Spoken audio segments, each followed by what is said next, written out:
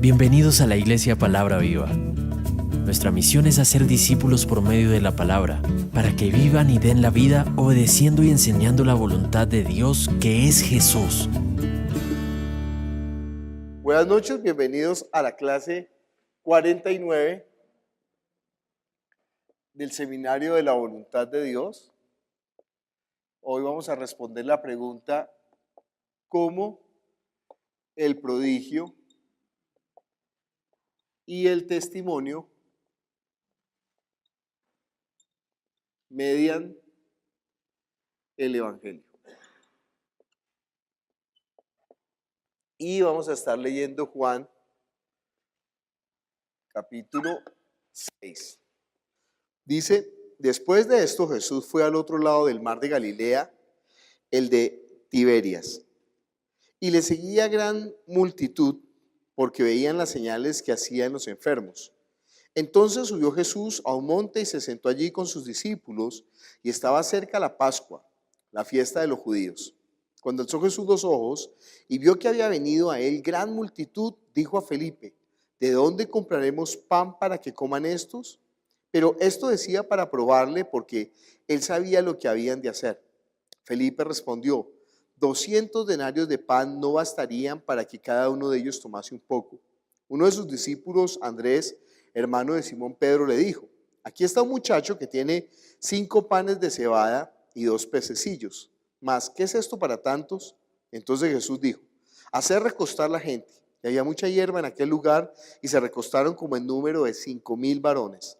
Y tomó Jesús aquellos panes, y habiendo dado gracias, los repartió entre los discípulos, y los discípulos entre los que estaban recostados, asimismo de los peces cuanto querían. Y cuando se hubieran saciado, dijo a sus discípulos: recoged los pedazos que sobraron, para que no se pierda nada. Recogieron pues y llenaron 12 cestas de pedazos que de los 5 panes de cebada sobraron a los que habían comido. Aquellos hombres entonces, viendo las señales que Jesús había hecho, dijeron: este verdaderamente es el profeta que había de venir al mundo. Pero entendiendo Jesús que iban a venir para apoderarse de él y hacerle rey, volvió a retirarse al monte él solo.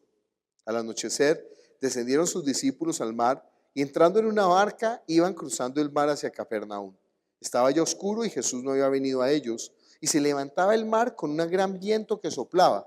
Cuando habían remado como 25 o 30 estadios, vieron a Jesús que andaba sobre el mar y se acercaba a la barca, y tuvieron miedo.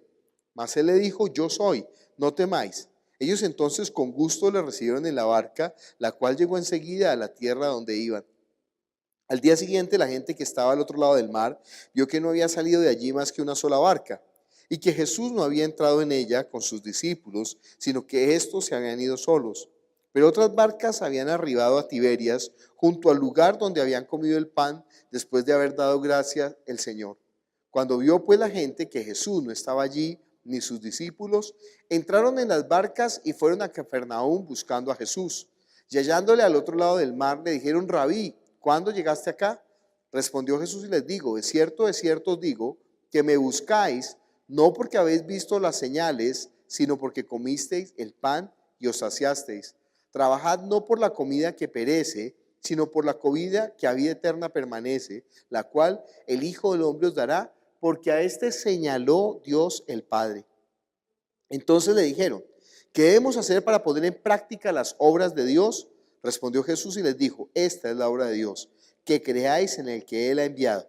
Le dijeron entonces: ¿qué señal pues haces tú para que veamos y te creamos? ¿Qué obra haces? Nuestros padres comieron el maná en el desierto, como está escrito: pan del cielo les dio a comer.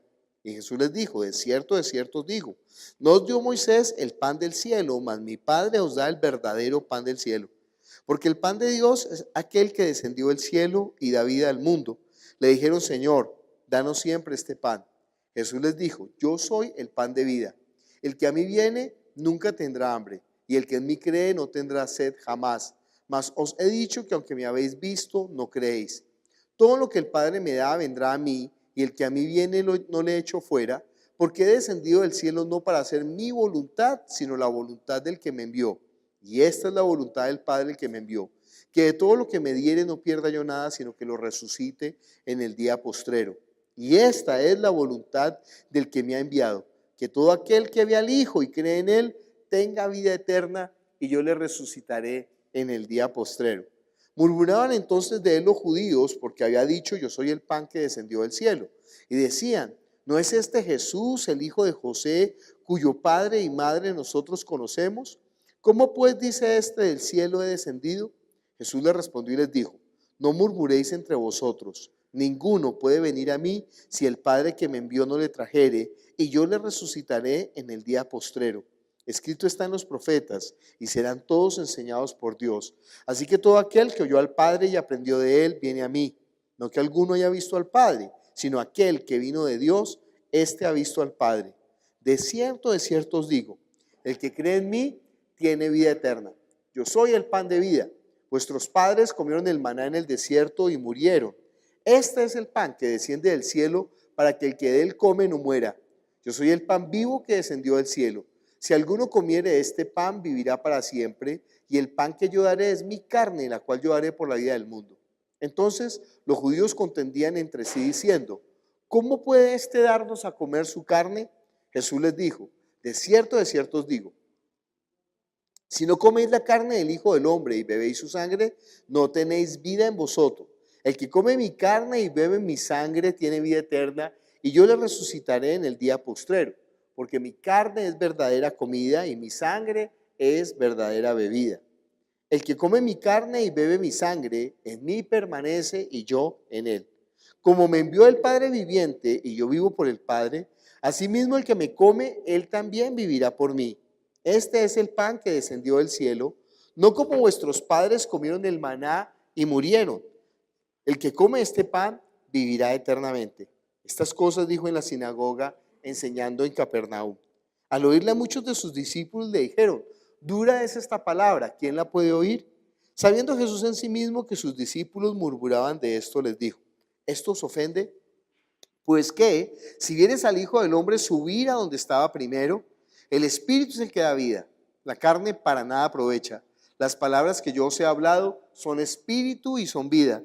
Pero hay algunos de vosotros que no creen, porque Jesús sabía desde el principio quiénes eran los que no creían y quién le había de entregar. Y dijo: por eso os he dicho que ninguno puede venir a mí si no le fuere dado del Padre. Desde entonces muchos de sus discípulos volvieron atrás y ya no andaban con él. Dijo entonces Jesús a los 12: ¿queréis acaso iros también vosotros? Le respondió Simón Pedro: Señor, ¿a quién iremos? Tú tienes palabras de vida eterna, y nosotros hemos creído y conocemos que tú eres el Cristo, el Hijo del Dios viviente. Jesús le respondió: ¿no os he escogido yo a vosotros los 12, y uno de vosotros es diablo? Hablaba de Judas Iscariote, hijo de Simón, porque era el que le iba a entregar y era uno de los 12. Vamos a orar pidiendo a Dios que obre con su palabra sobre nuestro espíritu, que la palabra cumpla el propósito eterno para el cual el Señor la envió. El propósito de la palabra es producir vida espiritual. Padre Celestial, nosotros estamos aquí reunidos porque anhelamos las cosas que vienen de ti y necesitamos conocer bien para enseñar bien, Padre Celestial. Así que obra con poder, con tu Espíritu Santo ahora en nosotros, Señor. Vivifícanos con tu palabra, no con las palabras de conocimiento humano, no con las palabras de los hombres, no con las palabras de humana sabiduría, sino con la palabra que vino de ti, Señor. Que sea el Espíritu Santo tomando y llevándonos a toda la verdad. Entonces glorifícate en esta hora, prepara nuestro corazón. Todo engaño, toda artimaña del enemigo, todo velo que él haya puesto sobre nuestra vida, ahora mismo, que sea quitado en el nombre de Jesús. Y obra con poder, Padre Celestial. Bendice este tiempo. Te lo pedimos en el nombre de Jesús. Amén. Bueno, si usted ve cómo está conformado el Evangelio de Juan, mire un momento, Juan capítulo 2, versículo 11. Esta, la primera de sus señales, la hizo Jesús en Caná de Galilea. Así reveló su gloria y sus discípulos creyeron en él. Entonces fíjese que el Evangelio de Juan comienza con una gran introducción, mostrando quién es el verbo que se hizo carne. Después de ese, que vamos hasta el versículo 18, después de mostrar que Jesús es el verbo que se hizo carne, o de enseñar, o de revelar mejor, es su revelación, que el verbo se hizo carne. Entonces ahora comienza a hablar por medio de la vida de Juan el Bautista, para confrontar. ¿Por qué? Porque, mire conmigo, Lucas capítulo 24, versículo 25 hasta el 27. Qué torpes son ustedes, les dijo, y qué tardos de corazón para creer todo lo que han dicho los profetas. ¿Acaso no tenía que sufrir el Cristo estas cosas antes de entrar en su gloria? Entonces, comenzando por Moisés y por los profetas, les explicó lo que se refería a él en todas las escrituras. Entonces fíjese cómo es que Dios está dando el testimonio.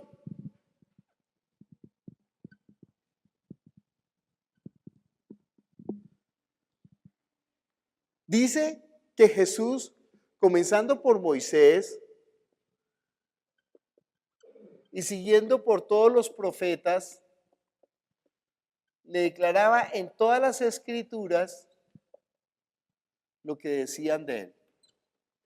O sea, Jesús no está parado en el aire, Jesús no está dando testimonio de sí mismo, sino que el aval que tiene Jesús está basado en ¿qué? En Moisés y los profetas. Y acuérdese, Moisés es escrito más o menos en el año 1600 antes de Cristo. Si nosotros colocáramos aquí los salmos más o menos en el año 1000 antes de Cristo, si todos, pues no son todos son de David, hay unos salmos de Moisés, pero digamos en general son de David.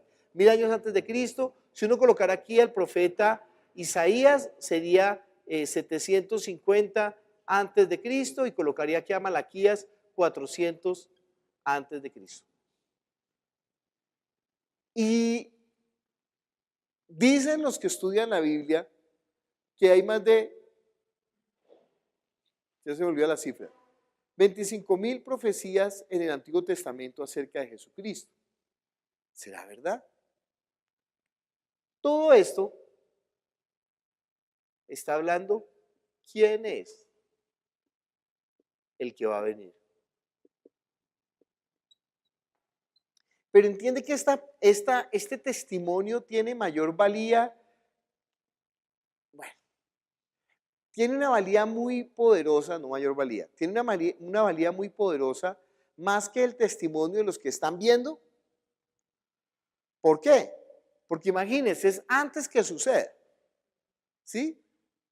Si yo digo, por ejemplo, oiga, tenemos que acostumbrarnos a los desastres naturales. ¿Sí? Entonces, ocurrió el terremoto, los huracanes, y yo dije, mire, tiene que acostumbrarse, porque eso va a ser más, ¿sí? Pero yo no estoy dando una palabra profética, yo estoy diciendo simplemente lo que la Biblia dice.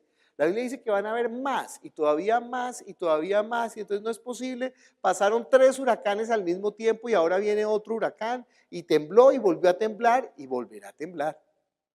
Pero eso es lo que dice la Biblia. Eso no tiene, eso yo no estoy parado sobre cuando dice la Biblia, por ejemplo, en Daniel, que la ciencia aumentará, que los hombres correrán de un lado para el otro, pues mire, eso ya está escrito.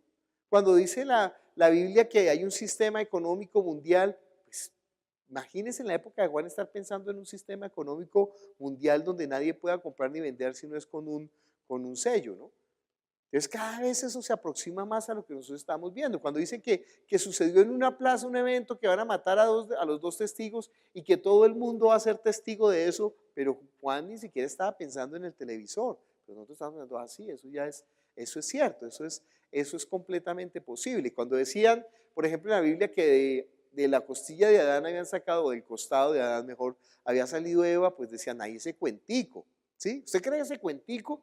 Pero el siglo pasado lograron clonar al primer ser, la oveja esa, a Dolly, de unas células.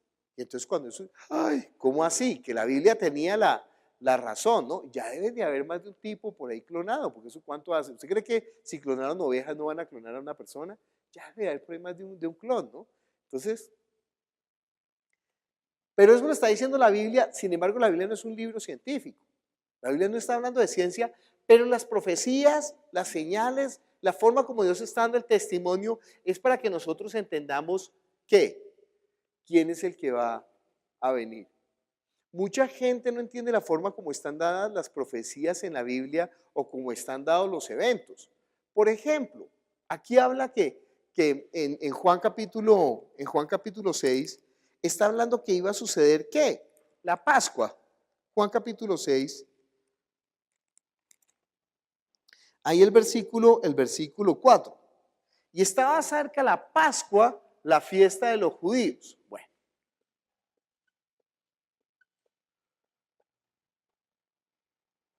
¿Por qué hace la mención Juan de la Pascua? La Pascua ocurrió 1600 años antes de Cristo.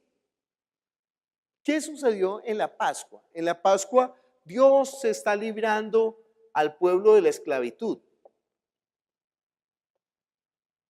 Y si usted profundiza en la palabra, es la machera de hacer exégesis en la palabra, usted se da cuenta, por ejemplo, que Egipto, la palabra Egipto significa tierra oscura. Y que la palabra desierto significa tierra roja o tierra de sangre. Y usted sabe que ellos pasaron de Egipto a la tierra de sangre por medio del mar que se abrió. ¿Estos son cuentos? Lo que dicen los teólogos es que sí, que estos son cuentos.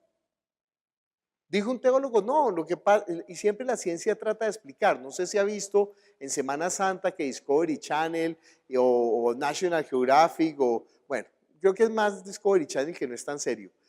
Hacen programas o History Channel, sobre las cuestiones de la Biblia. Entonces dicen, no es verdad que cayó maná. Lo que pasa es que hay una planta en el desierto que produce unas moticas que parecen pan y que uno se las come y se le hieren en la boca. Y sí, es verdad que hay una planta en el desierto que produce unas moticas. Pero resulta que la planta no produce moticas todos los días. No solamente eso. No es verdad que la planta produce moticas que de un día para el otro se pudren. No solamente eso. No es verdad que la planta produzca moticas todos los días, menos el Shabbat. Y fuera de eso, ¿cómo acaso ellos estaban quietos en el desierto? ¿O las maticas los seguían a ellos? Bueno, ¿dónde es que van a ir para cumplir la profecía? ¿Sí?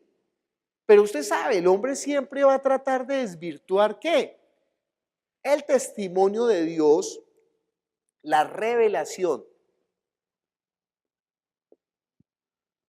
Por eso el gran problema no es que la gente crea en Jesús, el gran problema es que la gente crea en Jesús a través del testimonio y a través de la revelación.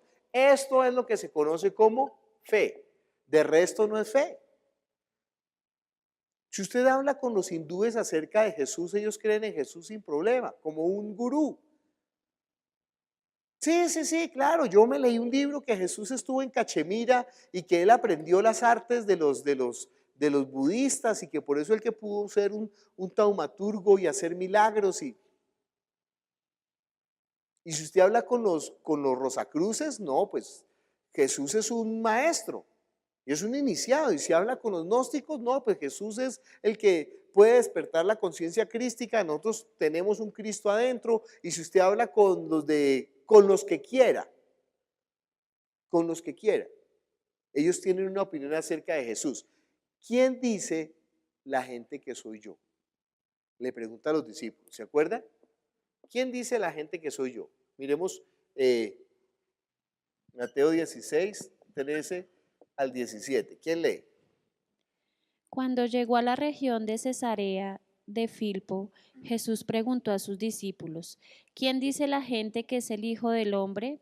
Le respondieron, unos dicen que es Juan el Bautista, otros que es Elías y otros que Jeremías o uno de los profetas. Fíjese, la gente no estaba diciendo que Jesús era un malvado, no eran como los fariseos y como los escribas que decían que él era Belcebú, no decían que él era Belcebú, él decía que por Belcebú era que él echaba fuera a los demonios. La gente está diciendo que él es Juan el Bautista, ¿sí? La gente está diciendo que él es Jeremías o que él es Isaías, que es alguno de los profetas, que él es, o sea, que es una persona que no es cualquiera. Eso no sirve. Entonces, ¿qué sigue diciendo el texto? ¿Y ustedes quién dice que soy yo? Tú eres el Cristo, el Hijo del Dios viviente. Esa es la pregunta. ¿Quién dice que soy yo? No, Jesús es un hombre bueno como Barney y su mensaje es el amor, y entonces lo importante es el amor y tenemos que amarnos porque lo importante es el amor y la paz que puede haber entre todos. Fíjese, se habla de Jesús como una excusa, después se quita a Jesús y lo importante ya no es Jesús. Ahora lo importante es que el mensaje del amor. Y por el mensaje del amor ya vale todo, no importa lo que haya dicho Jesús. Lo importante es el amor, el amor, el amor. Pero resulta que Jesús dice, yo no vine a traer paz. Yo vine a traer ¿qué? Espada. Oiga, el mensaje de Jesús no es la paz. Lo que menos está, él lo que vino a traer fue ¿qué? Espada. Vino a poner a la suegra contra la nuera. Eso no es difícil en nuestro contexto. Pero a los padres contra los hijos, a los hijos contra los padres. Los enemigos serán los de su propia casa. Ay, no, Jesús, ese no es el Jesús que yo conocí. Yo conocí un Jesús lindo que ama a todos y que quiere que todos nos cojamos de las manos. No, Jesús dijo, mire, ¿sabe qué? En el mundo van a tener aflicción, a usted el mundo los va a rechazar, los va a perseguir, los va a matar por causa. ¿Usted cree que ese es el mensaje de paz?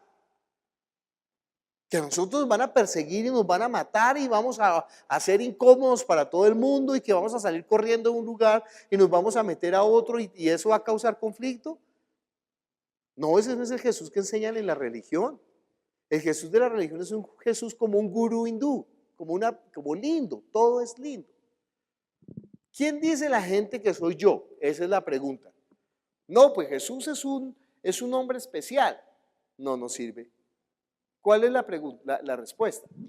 ¿Tú eres qué? Tú eres el Cristo, el Hijo del Dios viviente, afirmó Simón Pedro. Dichoso tú, Simón, hijo de Jonás, le dijo Jesús, porque eso no te lo reveló ningún mortal, sino mi Padre que está en el cielo. Sigue. Yo te digo que tú eres Pedro, y sobre esta piedra edificaré mi iglesia, y las puertas del reino de la muerte no prevalecerán contra ella. Bueno, aquí cuando él dice, te digo, tú eres Pedro y sobre esta piedra, él está refiriéndose, en griego uno sabe muy bien a qué se está refiriendo cada cosa, porque la inflexión de la frase va hacia eso. ¿Qué significa la inflexión de la frase? Por ejemplo, yo digo, la casa es linda.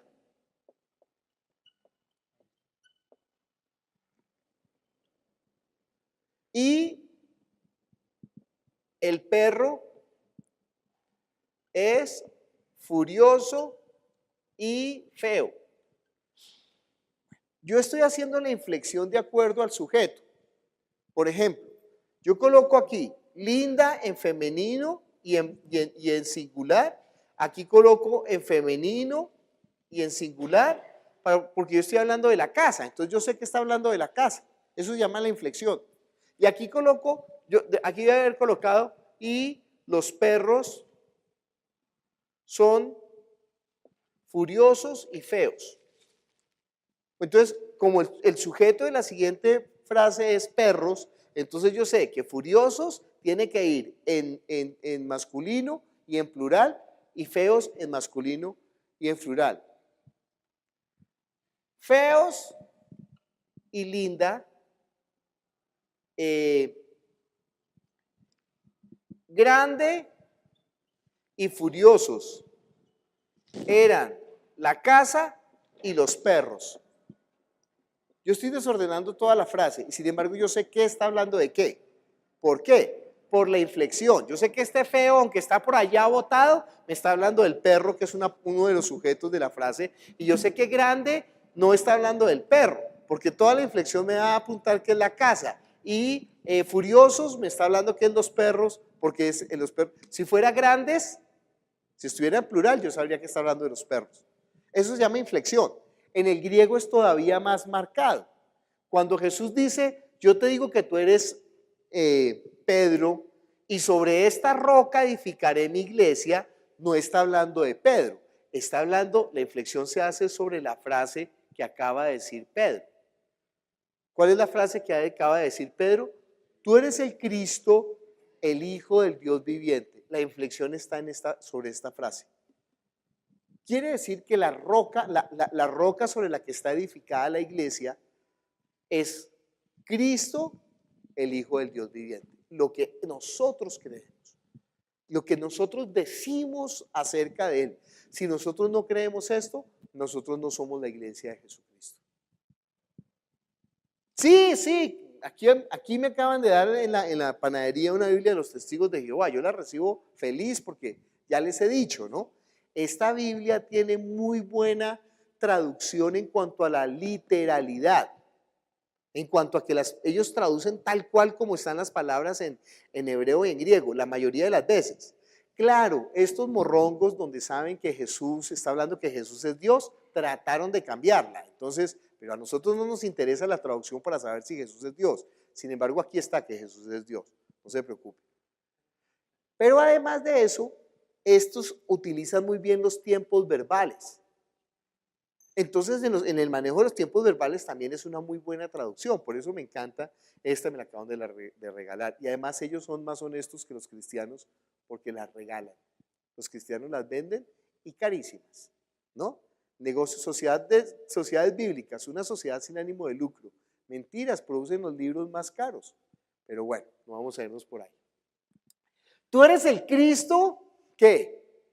El Hijo del Dios viviente. Esas es las puertas del Hades que no van a prevalecer sobre ¿qué?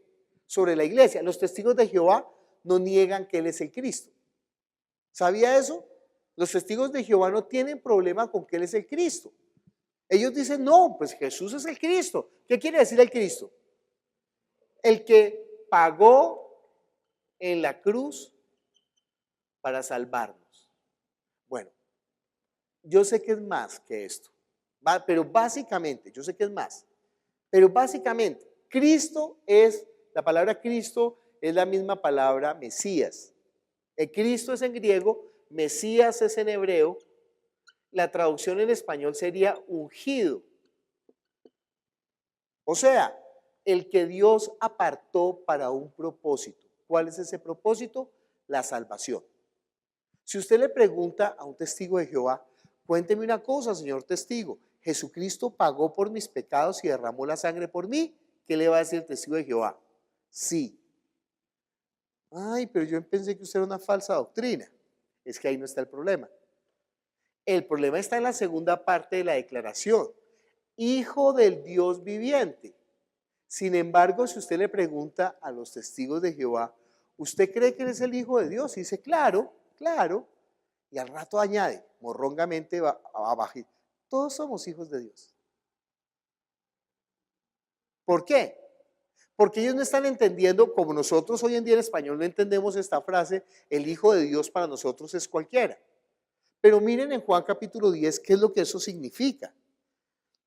Juan capítulo 10, versículos 24 hasta el 35. Bueno, hasta el 36. Entonces lo rodearon los judíos y le preguntaron, ¿hasta cuánto vas a tenernos en suspenso? Si tú eres el Cristo, dínoslo con franqueza. ¿Se dan cuenta? ¿Quién le está preguntando eso? Los judíos. Ahí están los fariseos, ahí están los escribas, ahí están los sacerdotes.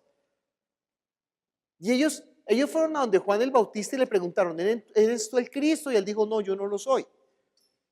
Cuando Jesús se encuentra con la mujer samaritana, la mujer dice, cuando venga el Cristo, Él nos declarará todas las cosas. Herodes, cuando le dijeron que había nacido el rey de Israel, dijo, ¿dónde van a ser el Cristo? O sea, el problema no era el Cristo. Todo el mundo estaba esperando al Cristo, todo el mundo estaba, pero ¿cuál es el escándalo que tienen ellos? Sigamos leyendo. Ya se lo he dicho a ustedes y no lo creen. Las obras que hago en nombre de mi Padre son las que me acreditan. Ojo, muy bien como está en esa traducción que está leyendo Joana. Dice, las obras, ¿dónde colocó esto? Aquí, Moisés y los profetas, las escrituras decían de él, esas son las que dan testimonio. Jesús dice, las obras que hago son las que dan testimonio.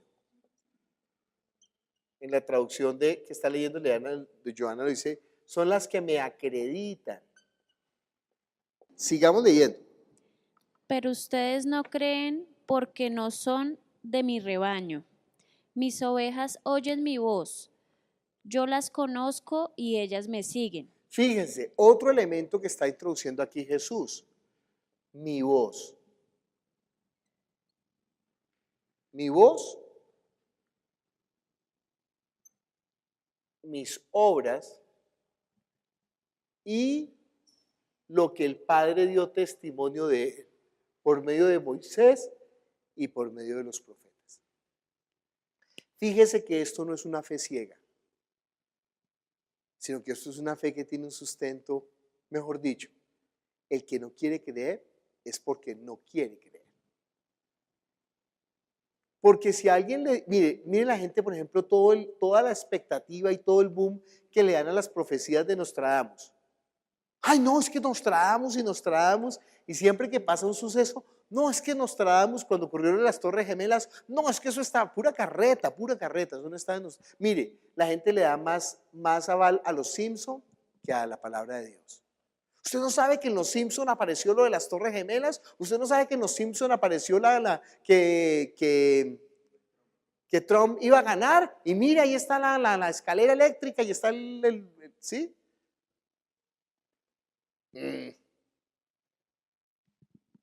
Pero la Escritura está hablando de unas profecías, 1600, 1700, 400. Y fuera de eso está ocurriendo el testimonio que las obras que él está haciendo, que son lo que estaba predicho, y fuera de eso que la voz de él, pero nosotros no queremos creer. ¿Por qué no quiere creer alguien?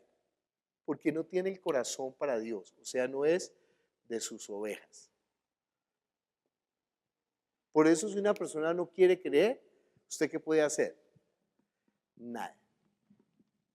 Usted solamente tiene que mostrarle por medio de la palabra de él, de las obras de él y de la ley, que él es dar testimonio de quién, de él. Si la persona no quiere creer, no hay nada que hacer. Bueno, hay otra cosa que Dios le dio para que usted pueda llevar el testimonio con eficacia. ¿Qué son? ¿Cómo comenzamos? Las señales. O sea, los prodigios. Por eso mire, el día que todo el mundo se presente delante de él va a sacar y a decir, vea, usted no quiso creer, fue porque no quiso. Porque yo le di los prodigios, yo le di las señales, además le di mi voz, además le mostré por medio de mis obras, además Moisés y los profetas hablaron todas las cosas acerca de mí. Usted no rechazó a mi hijo, usted me rechazó fue a mí, porque yo hablé de él, yo di testimonio de él por medio de mi palabra. El que me rechaza a mí, rechaza a mi Padre que me envió. El que no me honra a mí, no honra al Padre que me envió. Sigamos leyendo lo que dice Juan capítulo 6. Yo les doy vida eterna. Yo les doy vida eterna y nunca perecerán, ni nadie podrá arrebatármelas de la mano. Mi Padre, que me las ha dado, es más grande que todos, y de la mano del Padre nadie las puede arrebatar. Bueno, aquí está el versículo polémico, porque Jesús está hablando de algo que eso sería muy difícil creer si no fuera por todas las evidencias, que Él nos da ¿qué? Vida eterna. ¿Sabe cuál es el problema? Que en este momento nosotros no vemos la vida eterna. Aunque los que lo hemos recibido, ¿qué? Completamente la experimentamos. Yo no sé si usted estuviera dispuesto a perder un ojo por su salvación. Pero si usted cree, usted dice, a mí qué me importa un ojo, a mí qué me importa. Yo lo que quiero es ser salvo. No sé si usted estaría dispuesto a perder una mano por su salvación. Pero si usted cree, usted dice, ¿sabe qué? Córteme la mano. Yo no sé si usted estuviera dispuesto a perder la vida por su salvación. Pero si usted cree, usted dice, ¿sabe qué? Máteme. Yo no voy a perder mi salvación. Uno estaría dispuesto a jugársela ¿qué? Todo. Si realmente ha creído en ¿qué? En algo que no vemos, en la vida eterna. Pero fíjese que aunque no lo vemos, nosotros tenemos esa certeza que pone el Espíritu Santo en nosotros por medio de la fe. ¿Entienden qué es la fe? La certeza de lo que se espera, la convicción de lo que no se ve. ¿Con base en qué? En que Él nos dio su palabra. Si Él no lo hubiera dicho, ¿cómo lo vamos a creer? ¿Cómo vamos a creer lo que Él no dijo? Pero como Él prometió, ¿qué prometió Él? Mire, yo voy a preparar una morada. Mire, de cierto les digo, en la casa de mi Padre muchas moradas hay. Voy a preparar un lugar, una vez prepare el lugar, voy a volver, me los voy a llevar para que ustedes vean mi gloria. ¿Usted cree eso? Ese cuentico lo dijo el hijo de un carpintero hace 2000 años. ¿Usted cree eso? ¿Y usted es capaz de jugarse su vida por eso? ¿No le parece un milagro que nosotros hoy en día nos juguemos la vida por unas palabras de un carpintero de hace 2000 años? ¿Usted se dejaría cortar un dedo por Buda? Pero uno entregaría la vida por Cristo. Es más, usted tiene que estar entregando hoy la vida por Cristo. Si usted no está dando la vida, usted no ha nacido de nuevo. Si usted no está dando la vida, usted realmente no ha creído. Si esta no es la razón de su existencia, usted realmente cuestiónese si realmente ha nacido de nuevo, o si lo que tiene es una religión, o si usted es testigo de Jehová. O sea, usted cree que Él es el Cristo, pero no ha entrado en la segunda parte de la vida de fe. ¿Cuál es la segunda parte de la vida de fe? Sigamos leyendo. El Padre y yo somos uno. Una vez más los judíos tomaron piedras para arrojárselas, pero Jesús les dijo: yo les he mostrado muchas obras irreprochables que proceden del Padre. ¿Por cuál de ellas me quieren apedrear? No te apedreamos por ninguna de ellas, sino por blasfemia, porque tú siendo hombre te haces pasar por Dios. ¿Se dan cuenta que ese es el problema?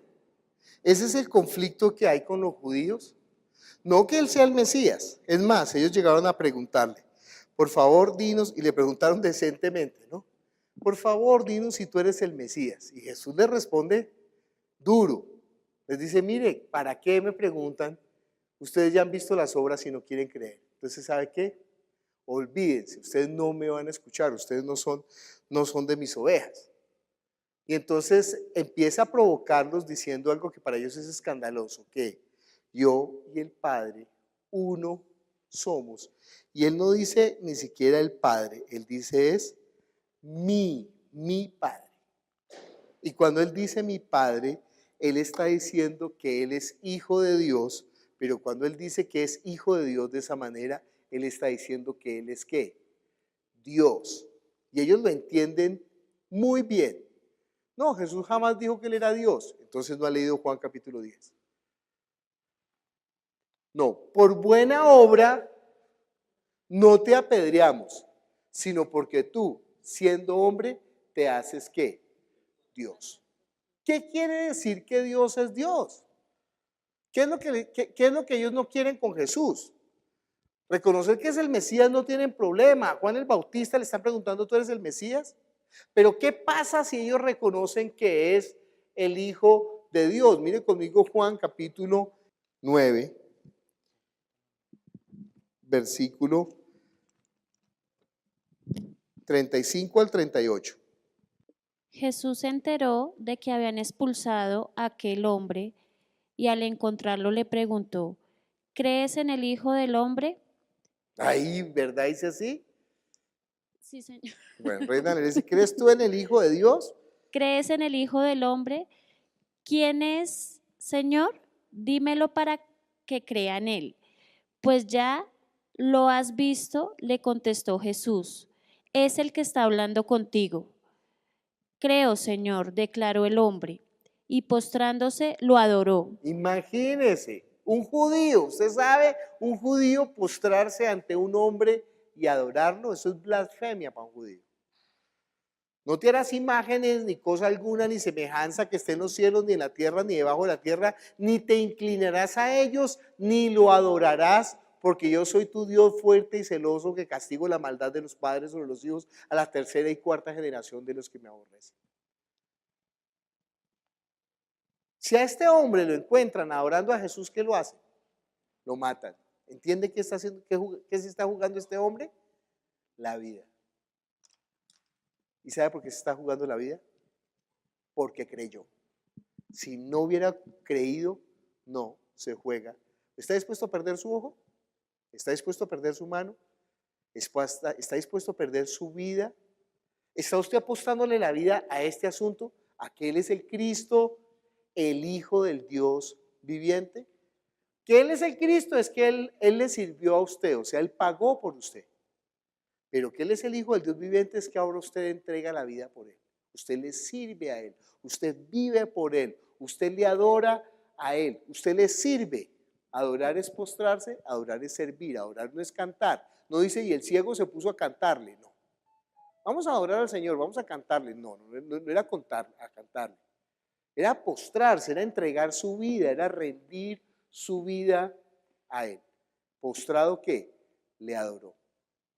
Esa es la base de la iglesia. Si usted solamente dice, no, Él pagó por mí, pero yo no le quiero entregar mi vida ni apostar la vida por Él, pues para usted Él es el Cristo, usted es testigo de Jehová. Ellos no tienen problema con creer que Él es el Mesías. Lo que no creen es que Él es Dios. ¿Usted cree que Él es el Mesías? Sí. ¿Usted cree que Él es Dios? No, ¿cómo se le ocurre? ¿Cómo se le ocurre? Dios solamente es el Padre. Pues sépalo, la Biblia dice que el Hijo es Dios, que el Padre es Dios, que el Espíritu Santo es Dios y que estos tres son ¿qué? Uno. Esa es la base de nuestra fe. Sí, de pronto usted cree que Él es el Hijo de Dios. O sea que Él es Dios, no tiene problema, le adora y le prende velas y le canta. Pero usted cree que usted es salvo por la obra de Él. No, yo soy salvo es por mis propias obras, por mis buenas obras, porque yo tengo el amor y soy amoroso. Entonces usted es un buen católico. ¿Usted es testigo de Jehová? ¿O usted es católico? Pero usted no es cristiano. Porque para ser cristiano tiene que tener los dos fundamentos. Tú eres el Cristo, tú eres el Hijo del Dios viviente. Salvo por la fe, por la obra de Él y adorándole y sirviéndole a Él. Y en ese momento es cuando se unen las obras y la fe. Pero usted entiende que en la religión le enseñan que usted es salvo es ¿por qué? Por obras. Usted tiene que ser bueno.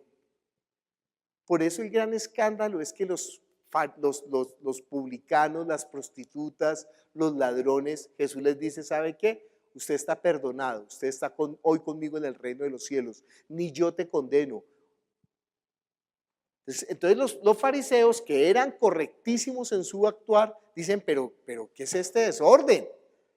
Y Él les dijo, sí Señor, primero van los ladrones y las prostitutas al reino de los cielos antes que ustedes.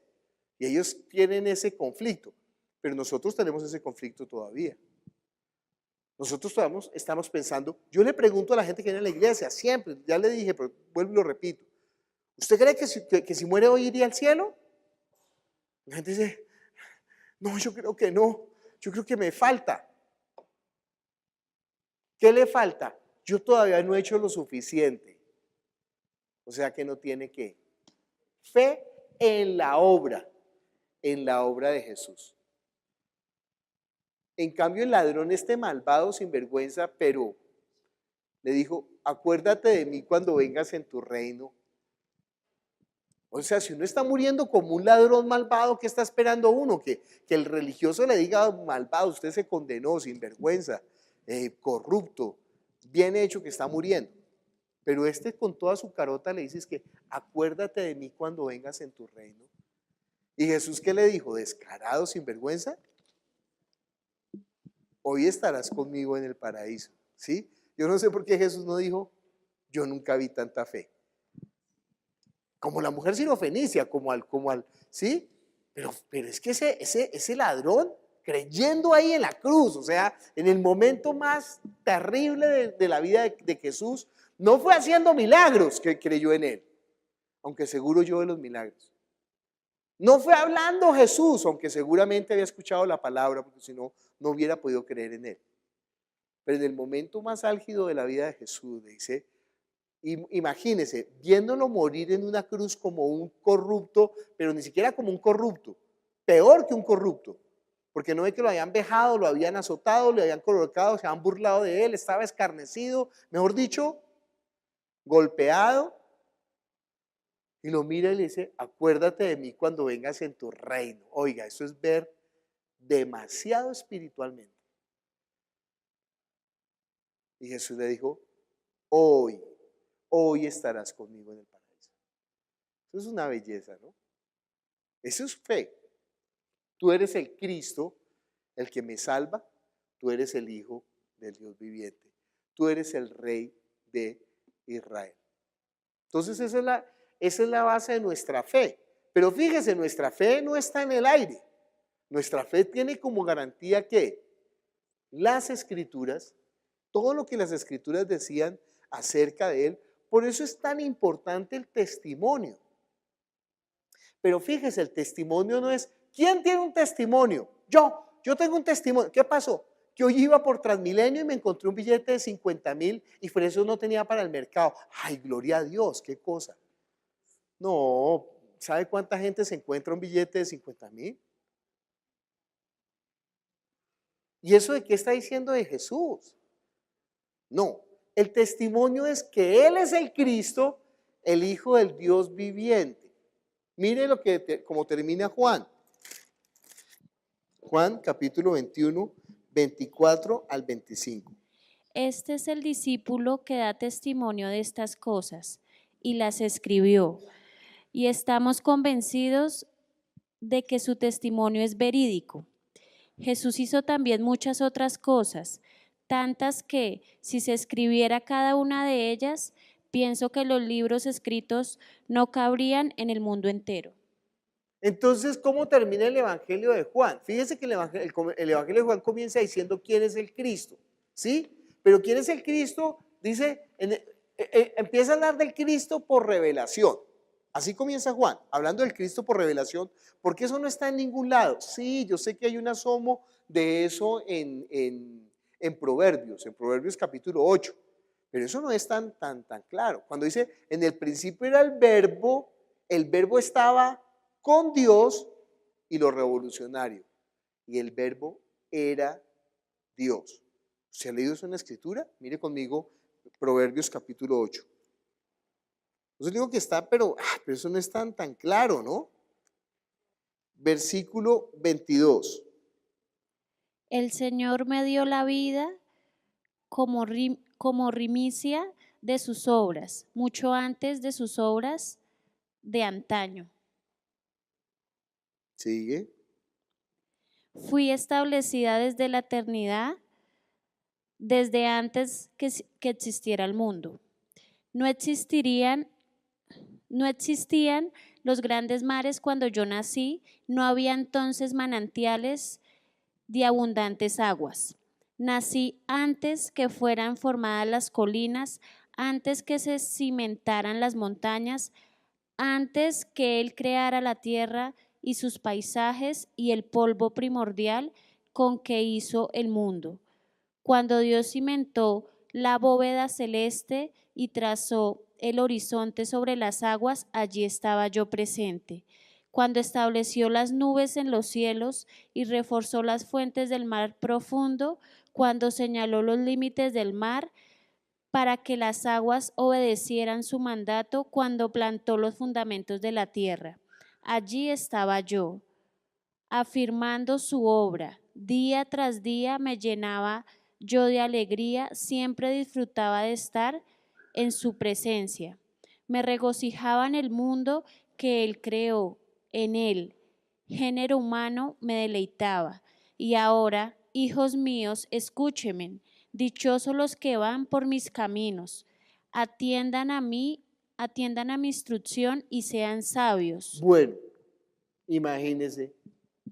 ¿Aquí quién está hablando? La sabiduría, ¿sí? Entonces usted dice, ay, no, pero es que sabiduría es en femenino y Jesús es masculino.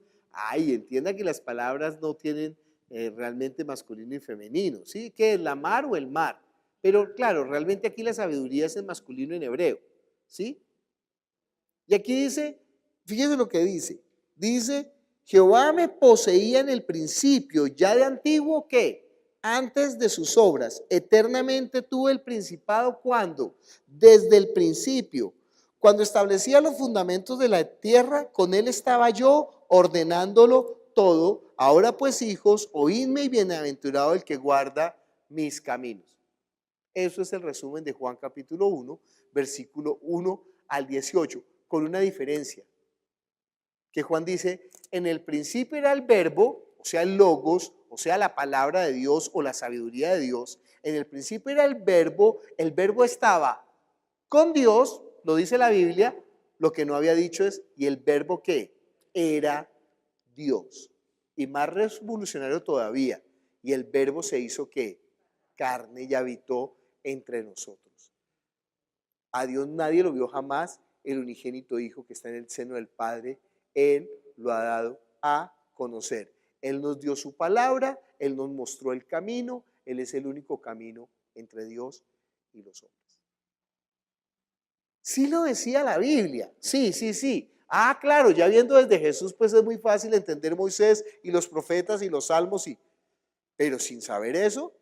Entonces Juan comienza dando ese testimonio, fíjese, Juan comienza dando el testimonio. Y después de dar el testimonio comienza a hablar del testimonio de quién. Mire conmigo Juan capítulo 1. Entiende que esa palabra es tan importante. La palabra testimonio. Así está terminando Juan, ¿no? Ya lo leímos. Juan 1, versículo 15. Bueno, Juan 1, 7 primero. Como testigo para dar testimonio de la luz, a fin de que por medio de él todos creyeran. Juan dio testimonio de él y a voz en cuello proclamó, este es aquel de quien yo decía, el que viene después de mí es superior a mí porque existía antes que yo. Y Juan capítulo 1, versículo 19. Este es el testimonio de Juan cuando los judíos de Jerusalén enviaron sacerdotes y levitas a preguntarle quién era. Juan 1, 29 y 30. Al día siguiente Juan vio a Jesús que se acercaba a él y dijo, aquí tienen al Cordero de Dios que quita el pecado del mundo. De este hablaba yo cuando dije, después de mí viene un hombre que es superior a mí porque existía antes que yo. Juan capítulo 5, versículo 32 y 33 hasta el 34. Otro es el que testifica en mi favor y me consta que es válido el testimonio que él da de mí. 33. Ustedes enviaron a preguntarle a Juan y él dio un testimonio válido. 34. Y no es que acepte yo el testimonio de un hombre, más bien lo menciono para que ustedes sean salvos. 46 y 47. Sí, si le creyeran a Moisés, me creerían a mí, porque de mí escribió él. Pero si no creen lo que él escribió, ¿cómo van a creer a mis palabras? Versículo 39. Ustedes estudian con diligencia las Escrituras porque piensan que en ellas hallan la vida eterna, y son ellas las que dan testimonio en mi favor. Versículo 36 y 37. El testimonio con que yo cuento tiene más peso que el de Juan, porque esa misma tarea que el Padre me ha encomendado, que lleve a cabo y que estoy haciendo, es la que testifica que el Padre me ha enviado. Y el Padre mismo que me envió ha testificado en mi favor. Ustedes nunca han oído su voz ni visto su figura. Entonces, ni tienen su palabra morando en nosotros, porque a quien Él envió, ustedes no creen, o sea, ustedes no reciben el testimonio del Padre. Esto es una cuestión de un testimonio que está dando ¿quién? Dios. ¿Acerca de quién? De su Hijo Jesucristo. ¿Y cómo dio el testimonio? Lo dio por el Antiguo Testamento. Moisés y los profetas, que hablaron quién era el que iba a venir. Ahora cuando Él viene, Él da testimonio de que Él es. ¿Por qué? Por las obras que Él hace. Las obras que Él hace dan testimonio de Él. Sí, ya lo leímos, son testimonios, lo acreditan. Moisés habló de Él, el Padre habló de Él por medio de Moisés y los profetas. Él está dando, pero mire, lo importante no es lo que dijeron Moisés y los profetas. Lo importante no son las obras que Él está haciendo. Lo importante de Él es ¿qué? Mi voz. Porque la palabra de Él es la que nos trae ¿qué? Vida en el Espíritu. Las palabras que yo les he hablado son espíritu y son vida. No son las palabras de Moisés.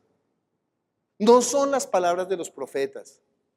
Ni siquiera son las palabras de los hombres. Mire conmigo Juan capítulo 4, versículo 42. 41 y 42. Y creyeron muchos más por la palabra de él, y decían a la mujer: ya no creemos solamente por tu dicho, porque nosotros mismos hemos oído y sabemos que verdaderamente este es el Salvador del mundo. ¿Se dan cuenta? Ya no creen por las palabras de una mujer. Usted va a dar testimonio de Jesús, pero no esté buscando que la gente crea sus palabras, sino que usted solamente llevará a las personas a Cristo para que Cristo crea, para que la gente crea ¿quién? En Él. Usted no se convierta en pastor de la gente. Deje que Jesús sea el pastor de las personas. Porque si usted es el pastor de las personas, todo les faltará. Pero si Jesús es el pastor de las personas, nada les faltará. Si las personas están creyendo en Jesús por usted, en algún momento esa fe se va a caer porque usted va a caer. Pero si las personas están creyendo en Jesús por la palabra de Jesús, porque recibieron la palabra de Jesús, ¿sabe qué?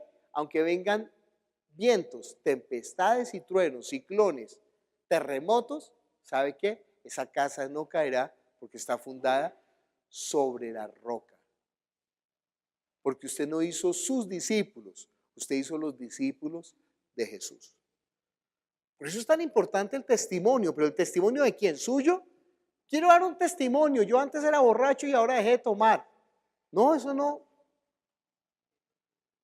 Hay gente que deja de tomar por Alcohólicos Anónimos, gente que deja de tomar por la hipnosis, hay gente que deja de tomar. Pero ojo, no menosprecie su vida de fe, porque su vida de fe es testimonio de Jesús. Pero entienda de qué manera, porque la palabra entra en usted, y si la palabra entra en usted, mire lo que pasa. Juan capítulo 15, se da cuenta que usted aprende Juan, aprende todo, ¿no? No hemos salido de Juan. Juan capítulo 15, versículo 7 hasta hasta el 10. Si permanecéis en mí y mis palabras permanecen en vosotros, pedid todo lo que queréis y os será hecho. En esto es glorificado mi Padre, en que llevéis mucho fruto y seáis así mis discípulos. Como el Padre me ha amado, así también yo os he amado. Permaneced en mi amor. Si guardáis mis mandamientos, permaneceréis en mi amor, así como yo he guardado los mandamientos de mi Padre y permanezco en su amor. Fíjese lo que dice, ¿no? Que si ustedes permanecen en mi palabra y mis palabras permanecen en ustedes, ¿qué? Pidan lo que quieran y será hecho. Mire Juan capítulo 14, versículo 12 y 13. De cierto os digo, el que en mí cree, las obras que yo hago, él las hará también. Y aún mayores hará, porque yo voy al Padre, y todo lo que pidiereis al Padre en mi nombre, lo haré, para que el Padre sea glorificado en el Hijo. ¿Usted cree que usted puede hacer obras mayores que las que hizo Jesús? Debería de creerlo porque Él lo prometió. Fíjese, Pedro sanaba con la sombra y Pablo sanaba con los paños ungidos. Hay un ciego que se la pasaba en el pórtico de Salomón, Jesús no lo sanó. Ese ciego estuvo ahí. Desde que Jesús entró varias veces, Jesús pasó muchas veces por el pórtico de Salomón porque era un pórtico para entrar al templo. Jesús entró muchísimas veces al templo, pero Él no sanó a ese ciego, a ese cojo. ¿Quién lo sanó? Pedro. ¿Por qué no lo sanó Jesús? Porque Él está esperando que nosotros hagamos el resto de las señales. Y estas señales, mire, Marcos capítulo 16. ¿Se acuerdan que estábamos leyendo en Juan? Este es el principio de las señales de Jesús. Marcos capítulo 16, versículos 17 y 18 hasta el 20. Marcos 16, 17 al 20. Y estas señales seguirán a los que creen. En mi nombre echarán fuera demonios, hablarán nuevas lenguas, tomarán en las manos serpientes, y si bebieren cosa mortífera, no les hará daño. Sobre los enfermos pondrán sus manos y sanarán. Y el Señor, después de que les habló, fue recibido arriba en el cielo y se sentó a la diestra de Dios, y ellos salieron predicando en todas partes, ayudándoles el Señor y confirmando las palabras con las señales que la seguían. ¿Con qué confirma el Señor la palabra? Con la señal, entiende, para que el evangelio no sea palabrería. 17. Cualquiera puede decir cosas bonitas, pero ¿qué es más fácil decir? ¿Tus pecados te son perdonados? O levántate, recoge tu lecho y anda. Pues para que vean que yo sí tengo potestad para perdonar pecados, a ti te digo, levántate, toma tu lecho y anda. ¿Entiende ¿Quién puede discutir eso? Por eso él dice, mire, ¿por cuáles de las obras me están juzgando? La garantía del evangelio, nosotros tenemos que estar llevando las señales. Y yo sé que si yo preguntara cuántos de los que están aquí reunidos han visto señales, la mayoría levantaría la mano. ¿Sabe qué es lo triste? Que nosotros vemos las señales esporádicamente. Y deberíamos de estar moviéndonos, esa debería ser nuestra naturaleza, nuestro mover natural. ¿Qué? Las señales. ¿Por qué no estamos viendo las señales? Porque no creemos. Entonces, ¿qué tenemos que hacer? Lea la palabra y empiece a obedecerla.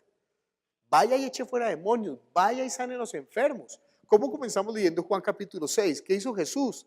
En primer lugar comienza diciendo que Jesús multiplicó los panes y los peces. Una señal. Y después camina sobre las aguas, otra señal. Y cuando la gente llega al este, le digo, ¿sabe qué? Ustedes no vienen a buscarme porque vieron las señales, porque el propósito de las señales es ¿qué? Que crean, la fe. Ustedes no están aquí porque vieron las señales y creyeron, sino porque se comieron el pan y se saciaron. Entonces nosotros tenemos que movernos con las señales y con las señales llevamos el testimonio. ¿Qué es el testimonio? La palabra de Jesús, que es la verdad. Y con esa verdad nosotros tenemos que ser, mire conmigo Juan capítulo 17, versículo 16 hasta el 20. No son del mundo, como yo tampoco soy del mundo. Santifícalos en tu verdad, tu palabra es verdad. Como tú me enviaste al mundo, así yo los he enviado al mundo. Y por ellos yo me santifico a mí mismo, para que también ellos sean santificados en la verdad. Mas no ruego solamente por esto, sino también por los que han de creer en mí por la palabra de ellos, para que todos sean uno, como tú, oh Padre, en mí y yo en ti, que también ellos sean uno en nosotros, para que el mundo crea que tú me enviaste. Fíjese lo que dice, ¿no? Santifícalos en tu verdad. ¿Qué? Tu palabra es verdad, pero yo no he hablado por mi propia cuenta, solamente he hablado lo que tú me dijiste que dijera. Él ni le está añadiendo ni le está quitando, Nosotros no podemos añadirle y nosotros no podemos quitarle. Nosotros no podemos interpretar la verdad. La verdad no se interpreta, la verdad solamente se enseña. Nosotros podemos interpretar la Pascua, porque fíjese, la Pascua tenía dos elementos: el cordero que derramaba la sangre y los panes sin levaduras y las hierbas amargas.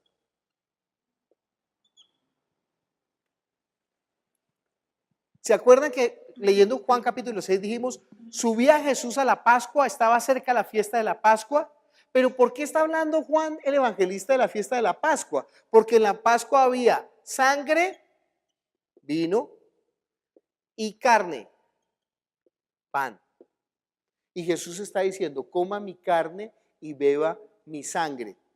¿Qué es lo que es la realidad? ¿Qué es lo que es la verdad? La carne y la sangre de Jesús. ¿Qué es la sombra? ¿Qué es la analogía? ¿Qué es lo que hay que interpretar? La Pascua.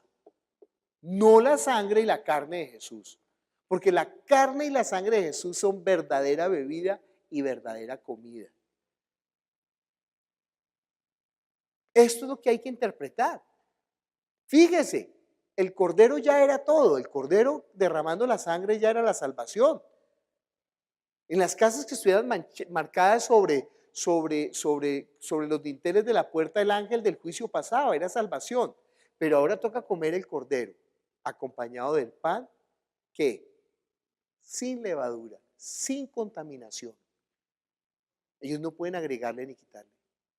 Pero además están las hierbas que, ¿saben quiénes son las hierbas amargas? Nosotros. ¿Sabe de qué hacían los hisopos para derramar la sangre sobre el pueblo en el día de la expiación? Cogían unos ramos de hierbas amargas y untaban y echaban la sangre. ¿Quiénes son los que esparcen la sangre del cordero? Nosotros esparcemos la sangre del cordero.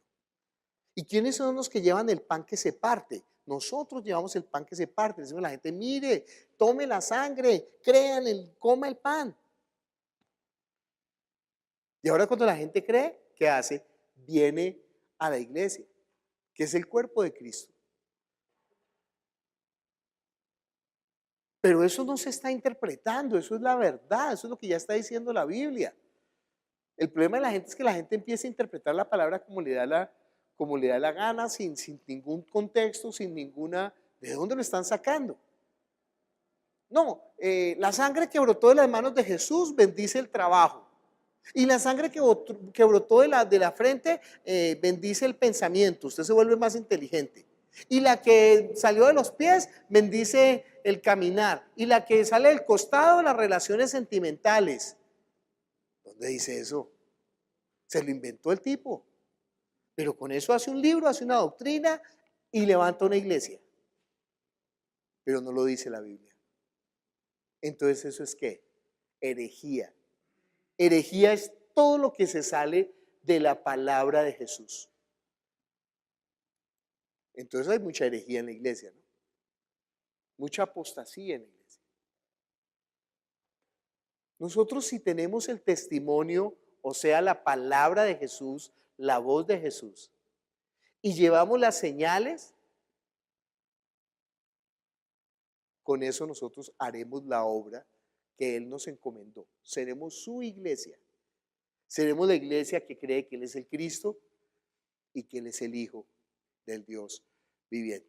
Seremos los que somos lavados con su sangre y seremos, mire Apocalipsis capítulo 12. ¿Quiénes son estos? Versículo 11.